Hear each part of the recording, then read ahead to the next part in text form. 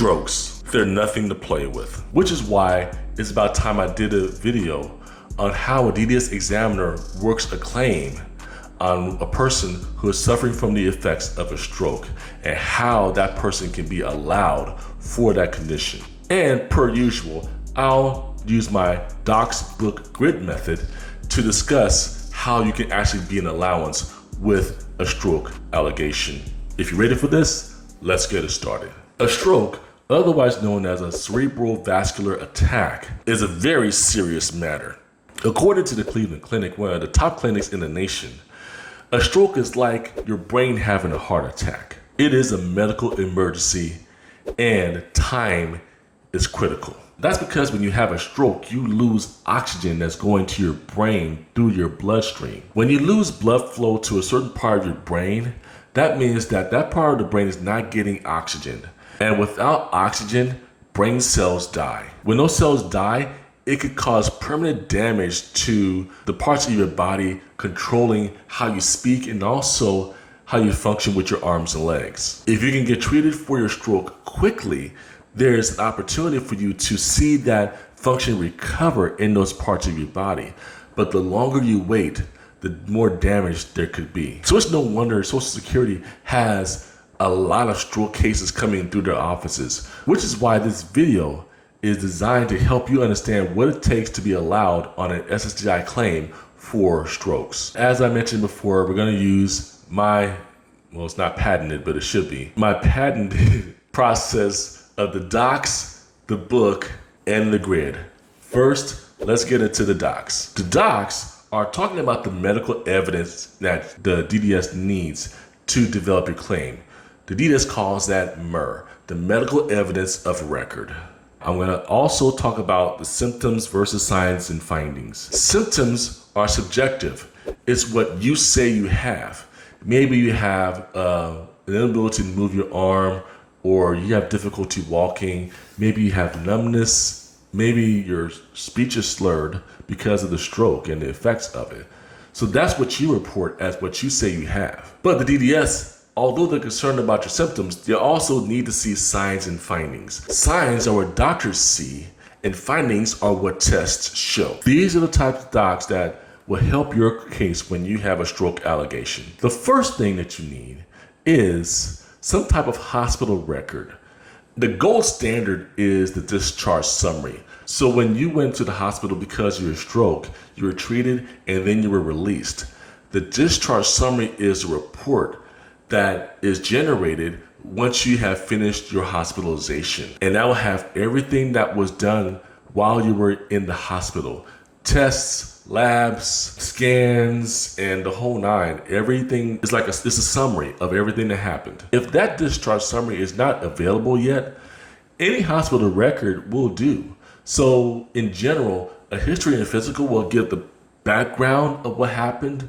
When you first came into the hospital, there may be separate reports of your MRI or your labs and so on. So those records are still helpful. It's not as neat and compact as a discharge summary, but it's going to help a whole lot. But the key is any hospital record that can really pinpoint the exact day the stroke occurred, because that is going to be your onset date. The second set of docs that you want to have in your file is imaging records. So a brain MRI or a brain CT or CAT scan or an EEG can actually help. So something that shows what's happening on a physiological level, like what's really happening that caused the stroke. The third thing that you want to have in your records is therapy notes. So if you've been through physical therapy or occupational therapy or speech therapy, that's going to give a picture as to the level of function that you have. And a lot of these records will actually talk about the level of function dealing with your personal care, like washing or bathing or getting dressed, being able to tackle household chores, how you deal with other people, how you're able to get around outside the house. So it gives some kind of indication as to the level of involvement or level of function that you can be able to do with or without assistance. Those therapy notes will also have prescribed treatment. So it could be some kind of outside help that you might need to help you recover from the stroke. And the last thing that will really be of help is if you're being discharged to go to a skilled nursing facility. So this is a place where you go to continue your recuperation from the stroke. So you won't be in the hospital, you'll actually be in another facility where they'll provide you ongoing round-the-clock care as you recover from your stroke. Now let's get into the book. And by the book, I'm talking about the listing of impairments, AKA the Blue Book. And these are the criteria that a person can meet or equal in order to be an automatic SSDI allowance. Now in the Blue Book, for strokes, it's listing 1104. And 1104 is a vascular insult to the brain. There are 3 criteria, A, B, and C, under listing 1104. We're gonna break down each one right about now. But the key part of meeting a listing is duration. And by duration for strokes, we're talking about 3 months. Stroke effects have to have lasted for at least 3 months. So the DDS examiner is looking at your case and saying, what is happening 3 months after the stroke? Do the stroke signs seem to be improving, staying the same? Do the stroke signs still continue to be a major problem in this person's ability to function? So after 3 months, whatever function that you have, whether it's improving or permanent, it will show itself after 3 months. Now let's get into the criteria. For the A criteria, the examiner is looking at your speech. So essentially, your speech has to be so impaired to where it is difficult to even communicate your basic needs for yourself. The technical term is aphasia. It's ineffective speech and communication. And what Social Security means is, if your ability to communicate simple spoken language is impaired, then you may meet the A criteria. And simple spoken language is almost like if you can't communicate to someone what you have as a basic physical need, like you need to go to the bathroom or you need to get something to eat. If you can't communicate that simple spoken language effectively to somebody, then you may be in line to meet the A criteria. Now for the B criteria, we're talking about an extreme limitation in using 2 extremities, whether it's both arms, both legs, or one arm or one leg on one side of your body. Let's talk about limitations. So when you say extreme limitation, on a scale of 1 to 5, that would be a 5. If it's a marked limitation, that's a 4 out of 5. So look at it as 1, 2, 3, 4, 5. 1 is no limitation, 2 is mild, 3 is moderate, 4 is marked, and 5 is extreme. For the B criteria, there needs to be 5 out of 5 in 2 of your extremities, both arms, both legs, or one arm and one leg on one side of the body. And this limitation is such to where you can't stand from a seated position without assistance, or you're having problems maintaining your balance while standing or walking, or your limitation is so extreme to where using both of your arms, shoulders, elbows, fingers, wrists, anything related to your extremities on the upper part of your body is going to be impacted to where you can't type, you can't reach, you can't hold, you can't grasp, you can't lift, you can't carry. It's going to be that extreme. The C criteria doesn't require extreme limitation, but it requires marked limitation in those same areas. But it also requires some limitation of your mental functioning.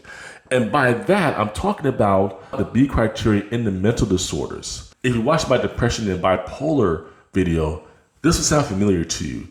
In the B criteria, there are 4 categories: understanding, remembering, and applying information, social interaction, concentration, persistence, and pace, and adapting or managing oneself. Those are the areas that there needs to be some limitation of function on top of the marked limitation, 4 out of 5 in the physical areas. Now you may be wondering, what if I apply before the 3-month duration is up? Maybe I'm still in the hospital. Maybe I'm going through some type of situation where I haven't been able to apply yet.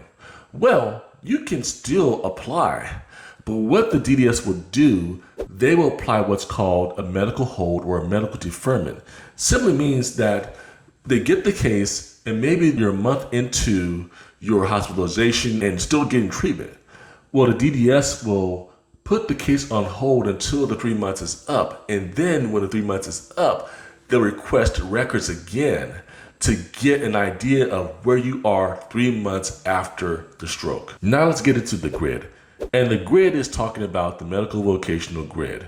So when your case is reviewed by the MC and looks at your medical records, the MC will provide what's called a residual functioning capacity form, an RFC, that will show the maximum of what you can do with your condition. And the examiner will take that form and then look at your work history and find out what you can do now with your condition. Can you go back to the work that you used to do within the last 15 years, or is there some other kind of work that you can perform?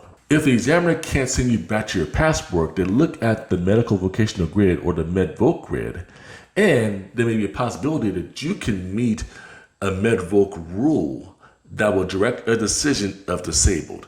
If the rule doesn't work in your favor, then the examiner will try to find some work that you can do. Let's take a 52-year-old janitor or maintenance engineer. And this janitor had a stroke. And the RFC is showing that this janitor is limited to sedentary work, which basically means that the work is mainly sitting for the majority of the day. Well, as a janitor moves around a lot, and a janitor works on things. There's a lot of stooping, crouching, kneeling, lifting heavy things.